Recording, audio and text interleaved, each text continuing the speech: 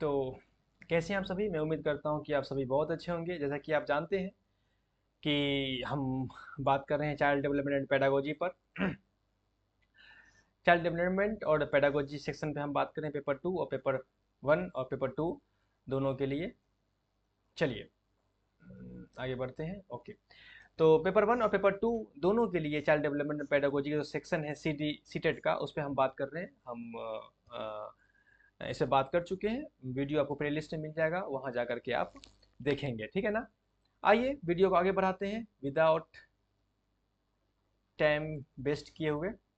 आज हम जो बात करेंगे, आज हम बात करेंगे हिस्ट्री ऑफ साइकोलॉजी के ऊपर। हम पहले बात कर चुके हैं साइकोलॉजी की परिभाषा के ऊपर। आज हम बात करेंगे हिस्ट्री ऑफ साइकोलॉजी के ऊपर। साइकोलॉजी की हिस्ट्री के बारे में बात करेंगे कि साइकोलॉजी कहाँ से शुरू हुआ और अभी उसका कहाँ तक वो पहुंचा है। अगर मैं बताऊं आपसे, तो साइकोलॉजी एक बहुत पुरानी सब्जेक्ट है, बहुत पुराना टॉपिक है। जो कि एक बात तो आप जानते हैं कि दुनिया के जो भी सब्जेक्ट है, जो भी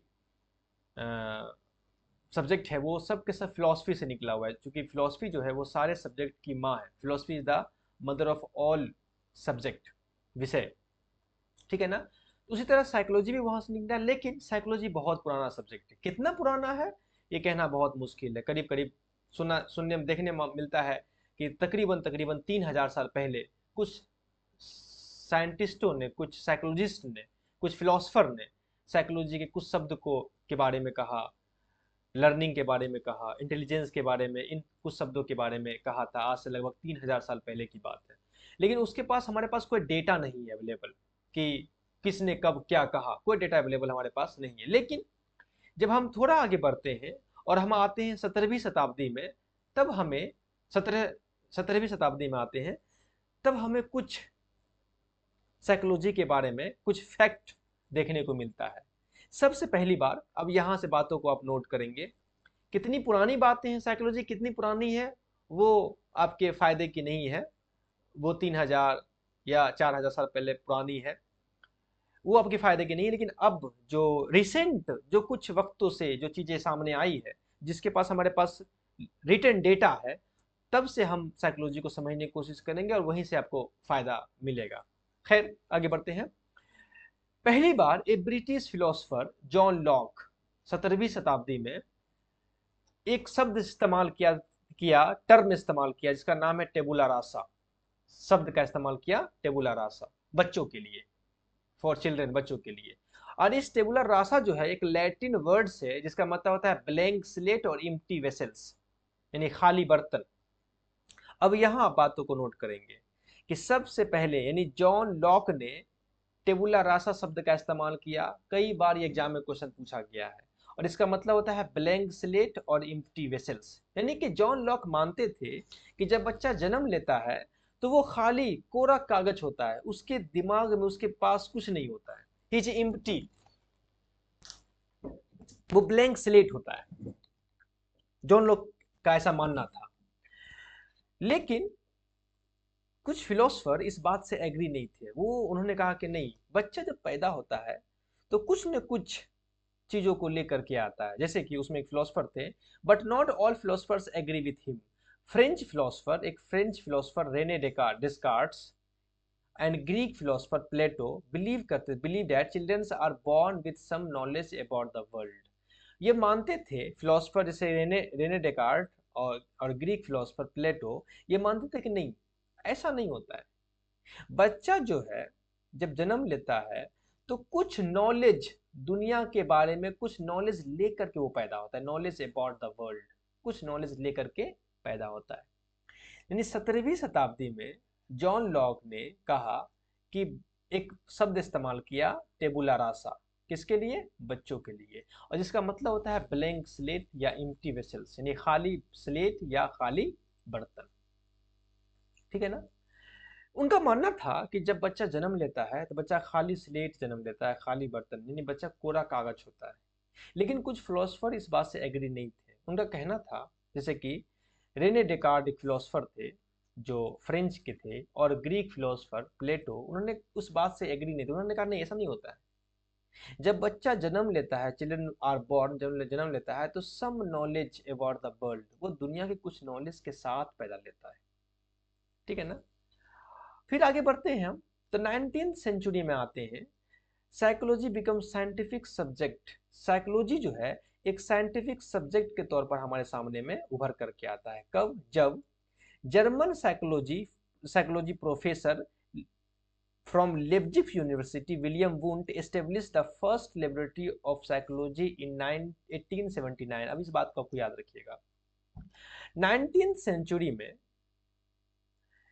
साइकोलॉजी जो है एक साइंटिफिक सब्जेक्ट के तौर पर हमारे सामने में उभर कर आता है।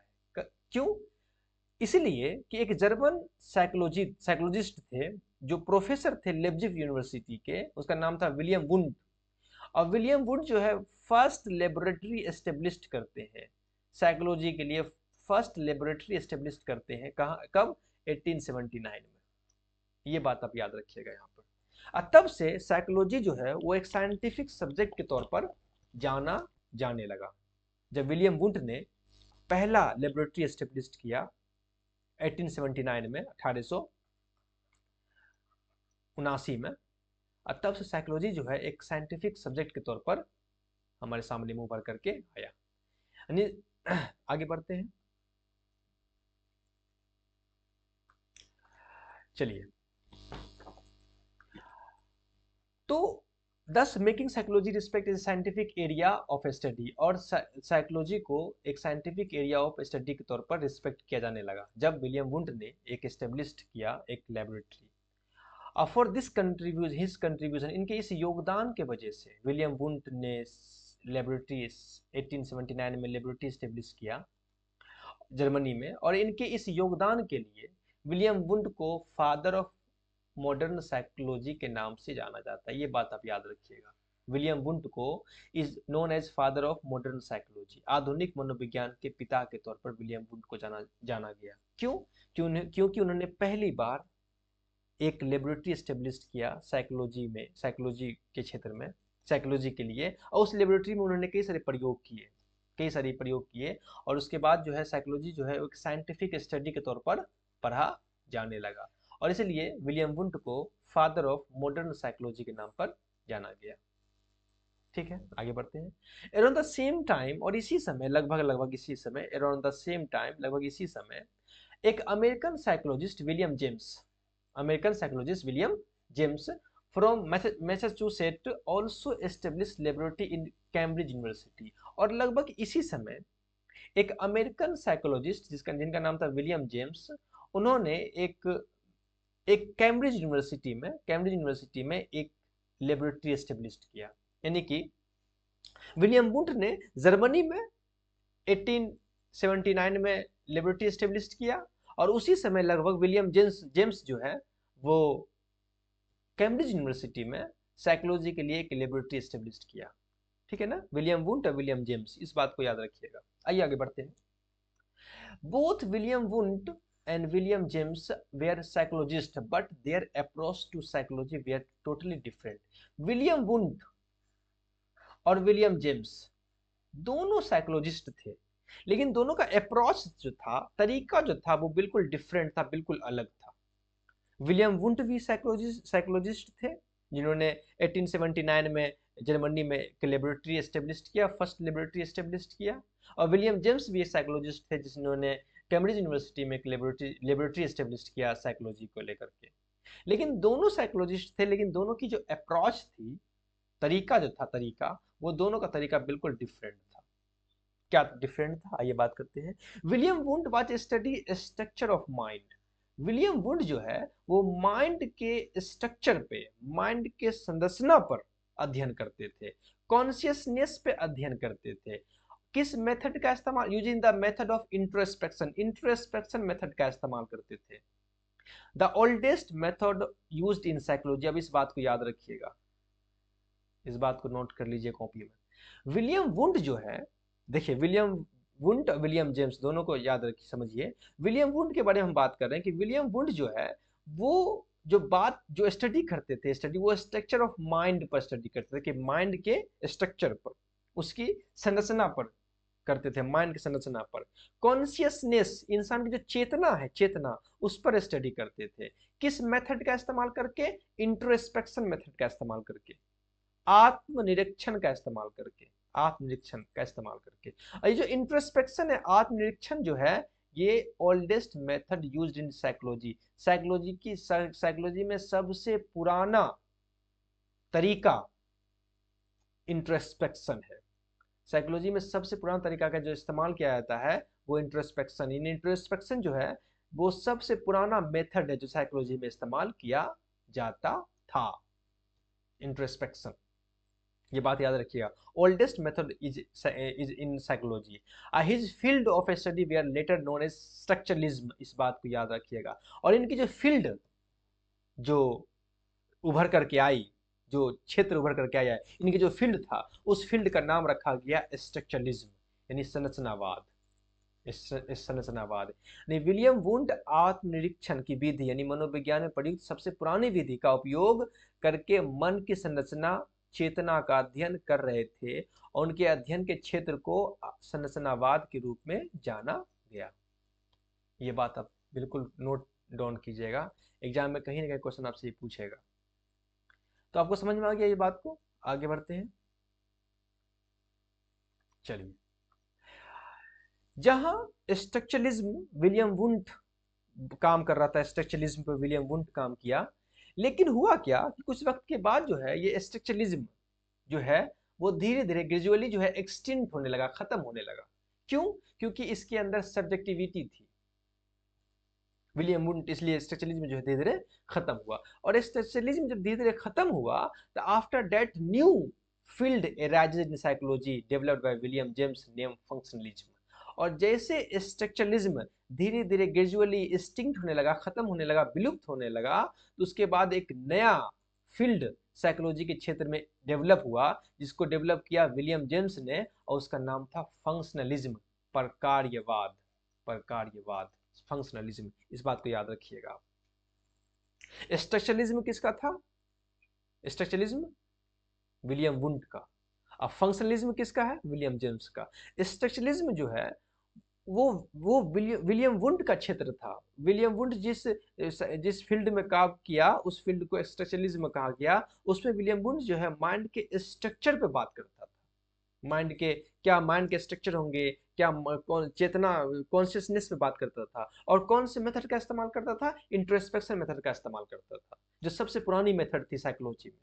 लेकिन ये स्ट्रक्चरलिज्म जो है धीरे धीरे जिसका जो मतलब वजूद जो है वो धीरे धीरे खत्म होना शुरू हो गया। ये धीरे धीरे खत्म, ग्रेजुअली ये एक्सटिंक्ट होने लगा। और जब ग्रेजुअली एक्सटिंक्ट हुआ तो एक नई फील्ड उभर करके सामने आया, उसे कहा गया फंक्शनलिज्म, जो विलियम जेम्स का था, जो विलियम जेम्स ने फंक्शनलिज्म को दिया। ठीक है ना, विलियम जेम्स ने दिया। और ये फंक्शनलिज्म क्या काम करता था? ये माइंड के फंक्शन पे स्टडी करता था। जहां विलियम वुंड स्ट्रक्चरलिज्म में माइंड के स्ट्रक्चर पे काम करता था, वही विलियम जेम्स का जो फंक्शनलिज्म था वो माइंड के फंक्शन पे काम करता था। William James study behaviour, need, adaptation to environment by people. William James जो है वो स्टडी करता था इंसान के बिहेवियर पर, इंसान की नीड पर, और इंसान adaptation to environment by people, नहीं, इंसान जो है इन्वायरमेंट के साथ कैसे एडेप्ट कर जाता है उस पर ये स्टडी करता था। और इसी फंक्शनलिज्म का इस्तेमाल करके जॉन डीवे अपनी एक नई फील्ड बनाता है जिसे कहते हैं प्रोग्रेसिव एजुकेशन, जिसके बारे में हम बात करेंगे। John डीवे an American philosopher uses functionalism of progressive education. इसी फंक्शनलिज्म का इस्तेमाल करके जॉन डीवे जो है फंक्शनलिज्म, प्रोग्रेसिव एजुकेशन का एक नया फील्ड दिया, जिसके बारे में हम आगे बात करेंगे।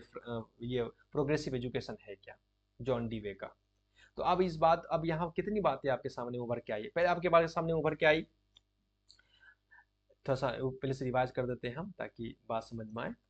आपके सामने उभर के आई पहली बात कि जॉन लॉक ने सबसे पहले किस शब्द का इस्तेमाल किया? टेबुला रासा का। टेबुला रासा का इस्तेमाल किया, है ना। टेबुला रासा का इस्तेमाल किया, जिसे कहते हैं ब्लैंक, जिसका मतलब होता है ब्लैंक स्लेट या एम्प्टी वेसल्स। कुछ लोग इस बात को नहीं माने, उन्होंने कहा कि नहीं, बच्चे जो है खाली स्लेट के साथ पैदा नहीं होते, बच्चे के अंदर कुछ बुद्धि विवेक होता है, उसके साथ पैदा होते हैं, ठीक है ना, जिसमें से रेने डेकार्ड और प्लेटो थे।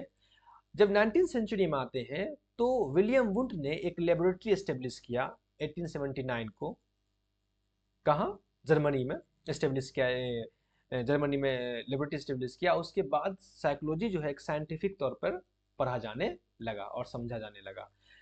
और इसके जो फील्ड थे विलियम वुंड के, अच्छा विलियम वुंड, और उसकी वजह से विलियम वुंड को फादर ऑफ मॉडर्न साइकोलॉजी कहा जाने लगा, ठीक है ना। जब और एक और साइकोलॉजिस्ट उसी वक्त उभर करके आए, विलियम जेम्स, जिसने कैम्ब्रिज यूनिवर्सिटी में एक लेबोरेटरी एस्टेब्लिश किया। विलियम वुंड और विलियम जेम्स दोनों साइकोलॉजिस्ट थे, लेकिन दोनों का क्षेत्र, दोनों का एरिया अलग अलग था।